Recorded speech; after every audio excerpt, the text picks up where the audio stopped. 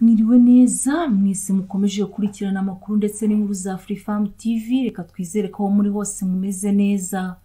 Umugabo yemera ko yasambanyije umwana we yibyariye abitewe n'ubusinzi. Mumeze mudushyigikire mukanda like na subscribe, Imana ibahe umugisha.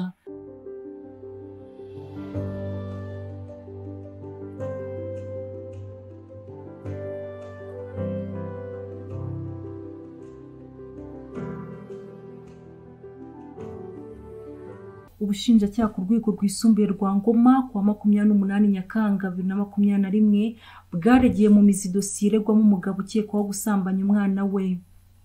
Ubushinjacyaha buvuga ko ku itariki ya 16 Nyakanga 2021 mu gihe cya saa 3 z'ijoro mu murenge wa Gatore intara y'Iburasirazuba uregwa yasambanyije umwana we w'umukobwa.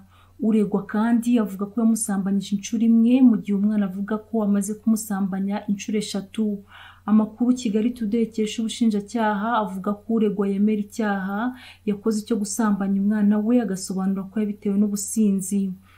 Uyu mugabo naramuka hamwe n'icyaha cyo gusambanya umwana we azanishwa ingingo y'133 y'itegeko nimero 68/2018 ryo kuwa 30 Kanama 2018 riteganya ibyaha n'ibihano muri rusange nk'uko ryavuguruwe mu ngingo ya 4 y'itegeko nimero 39/2019 ryo kuwa 8 Ugushyingo 2019 aho riteganya igifungo cya burundu ku muntu wasambanyije umwana.